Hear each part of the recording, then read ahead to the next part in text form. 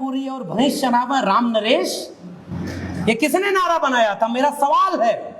वो हमें जातिवादी कहते हैं कि हम जाति के नाम पर बराबरी की बात करते हैं, तो ये हमें कहते हैं हम जाति को बढ़ा रहे हैं। किसने नारा लगाया था आरक्षण कहां से आई और कर्पूरी ठाकुर की मां और बहन को गालियां दी गई? अरे बाकी छोड़िए, जगदेव बाबू को कैसे मारा गया, और तो और विश्वनाथ प्रताप सिंह जब क्रांति करने निकले तो यही राजा मांडा, राजा नहीं फकीर है, देश की तकदीर है, और मंडल लागू कर दिया तो नारा बदल गया, राजा नहीं रंक है, देश का कलंक है। ये कौन सा देश है भाई? लोग कहते हैं कि जिस दिन कोई मरे उस दिन उसकी आलोचना मत करो। विश्वनाथ प्रताप सिंह जिस दिन मरे, बड़े बड़े लेख लिखे गए कि विश्वनाथ प्रताप सिंह ने कैसे इस देश को बर्बाद कर दिया, और उनको गालियां पड़ी थी। कहां गया था वो संस्कार जिसे सनातनी कहते हो? और इसलिए मैं यहां मंडल को याद करते हुए आपके कड़वे इतिहास को याद कर रहा हूं। भूल गए वो लोग जिन्हें उत्तर प्रदेश में सरकार बनी, सरकार चली गई, तब उन्हें याद आया जब गंगा जल से घर जुलवाया जा रहा है तो मीडिया में आप बोल रहे हैं कि मुझे पता ही नहीं था कि मैं ओबीसी हूं। जातिवाद कैसे किया जाता है ये दलित पिछड़े आदिवासी तो कर ही नहीं सकते। एक मठाधीश जब मुख्यमंत्री बन जाए तो पूरे प्रदेश को कैसे एक जाति में बदल देता है, और जातिवादी तो वो हैं। कोई मीडिया कभी नहीं लिखेगी कि सब एक ही जाति के लोग बैठे हैं। इसलिए मंडल की लड़ाई अब बहुत खतरनाक दौर में चली गई है साथियों। गालियां हमें दी गई, हमने जातियां नहीं बनाई थी। मैं भोजपुरी इलाके से आया हूं और हम सारे लोग जानते हैं, अहिर गणरिया कुर्मी चोर, धर सारे का टंगरी तोर।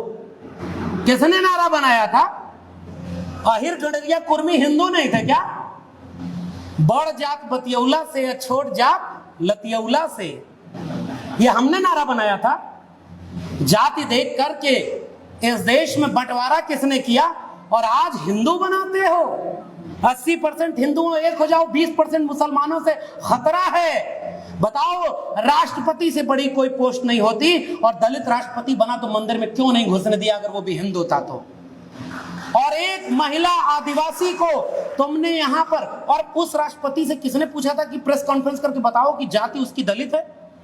ये जो अभी राष्ट्रपति बनाए हो, किसने पूछा था कि किस जाति और किस समुदाय से आती हैं? तुमने प्रेस कॉन्फ्रेंस करके बताया कि 75 साल बाद इस देश में पहली बार हमने एक महिला आदिवासी को राष्ट्रपति बनाया है। और जा करके 4 ऐसे लोग जिनकी कोई डिग्री नहीं है, 2 ही चीज है, फूला हुआ पेट और लंबी शिखा, वो मंत्र पढ़ करके उनको पवित्र कर रहे हैं। वो कौन सा हिंदू है भाई?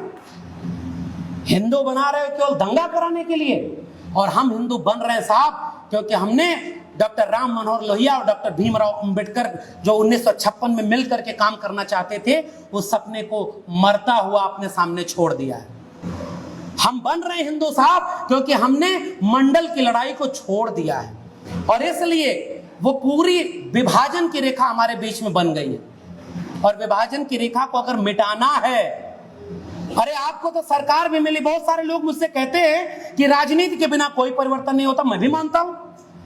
लालू प्रसाद जब बने तो चरवाहा विद्यालय बना, कर्पूरी ठाकुर बने तो बहुत बिहार का मंत्रिमंडल बदल गया।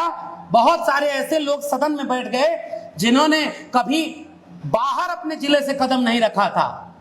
हमारे यहाँ हमारे पिताजी के बहुत अच्छे दोस्त, 2-4 मिनट और मैं बात खत्म करूंगा।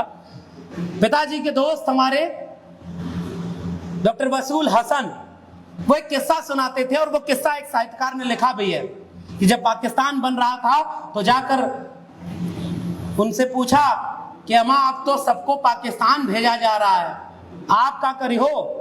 उन्होंने कहा अम्मा आज तक तो हम गाजीपुर के आगे बढ़े नहीं, पाकिस्तान क्या खाक जाएंगे?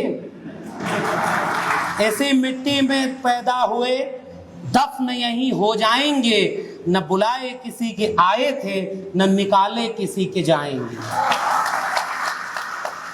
तो बांटने की लड़ाई है। आप कहेंगे रोजगार, वो कहेंगे राम मंदिर। आप कहेंगे स्वास्थ्य, वो कहेंगे 370। आप कहेंगे बेरोजगारी 45 साल में ज्यादा, वो कहेंगे मंदिर मस्जिद के नीचे से खोजो मंदिर निकलेगा। और ऐसे दौर में मंडल की लड़ाई कैसे लड़ी जाए, ये मेरे सामने एक चुनौती है साथियों। जाते जाते मुझे एक दिशा नजर आती है, वही अपील और वही गुजारिश करके जा रहा हूं। मेरे सामने ये दिशा नजर आती है, मैं जिस बिरादरी से आता हूं उस बिरादरी की तो पत्रिकाएं निकलती है, मजबूत लोग हैं, सत्ता में रहे, उत्तर प्रदेश बिहार बहुत जगह पर रहे, उनके पैसे वाले भी लोग रहे, संख्या में ज्यादा थे। 1924 में बनी अखिल भारतीय यदुवंशी महासभा, यादव महासभा, बहुत सम्मानित लोग थे, दूरदर्शी थे और बहुत अच्छे काम भी किए उन सभा के लोगों ने। मगर मैं सोच रहा हूं कि उनके एक साल बाद 1925 में एक संगठन बना और आज मुल्क पर हुक्मरानी कर रहा है, और हमारे लोग कहां चले गए? ताकतवर जातियों ने अपने संगठन बना लिए। ये मेरी आलोचना है। आहिर महासभा, यादव महासभा, कुर्मी महासभा, कोयरी महासभा बन गई साहब, हलवाई महासभा, और अब तो नई नई पार्टियां बन रही हैं, निषाद पार्टी, राजभर पार्टी बन रही है ना।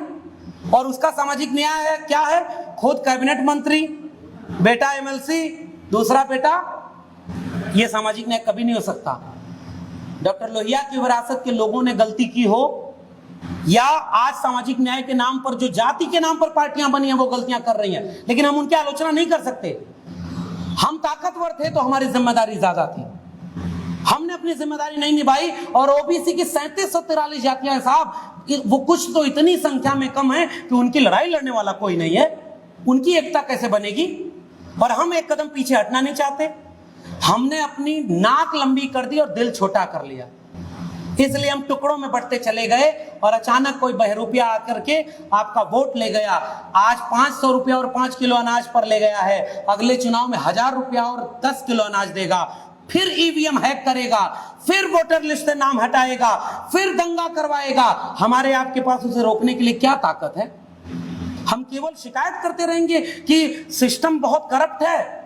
खुलेआम कर रहे हैं साहब, बुलडोजर चला दिया घर पर। इसे इलाहाबाद में वो लड़की जो पढ़ती थी दिल्ली में, उसके पिता के नाम पर घर भी नहीं था, घर गिरा दिया। क्या इस देश के बहुजन समाज के लोग मुसलमानों को मारे जाने के समय सामने खड़े हुए?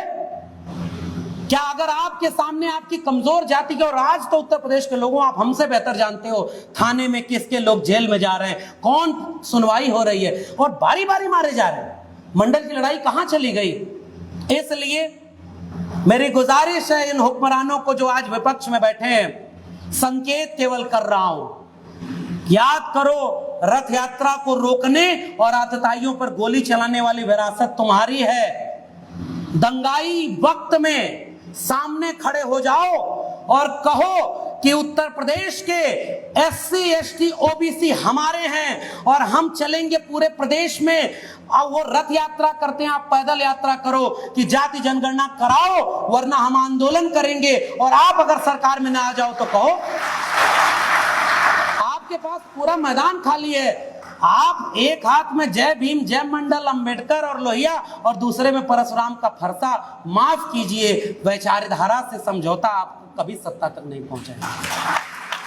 अरे मैं कह रहा हूं, चलो राजनीति की मजबूरी थी तो फरसा वालों ने कितना वोट दिया ये तो पता करो। सीएसडीएस का आंकड़ा बता रहा है 90% ब्राह्मण और 92% क्षत्रियों ने केवल और केवल एक पार्टी को वोट दिया है, और आपके लोगों को तो वोट नहीं मिला।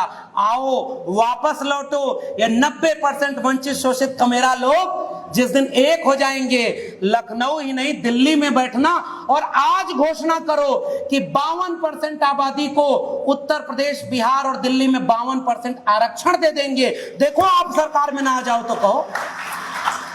अरे आप 52% आरक्षण देने की घोषणा करो ना भाई। झारखंड के मुख्यमंत्री की सदस्यता चली गई, एक भी ढंग का काम नहीं उस तरह से कर पाए, बहुत किया। मैं कह रहा हूं उनको मौका मिला तो वो मंदिर भी बनवाए, उनको मौका मिला 370 भी हटाए। आपने भी अच्छे काम किए। मैं वो शख्स नहीं हूं कि पिछले 30 साल में मंडल की लड़ाई ने उत्तर प्रदेश और बिहार की सत्ता में कुछ नहीं दिया, ऐसा बिल्कुल नहीं। जब लखनऊ से नोएडा जाता हूं तो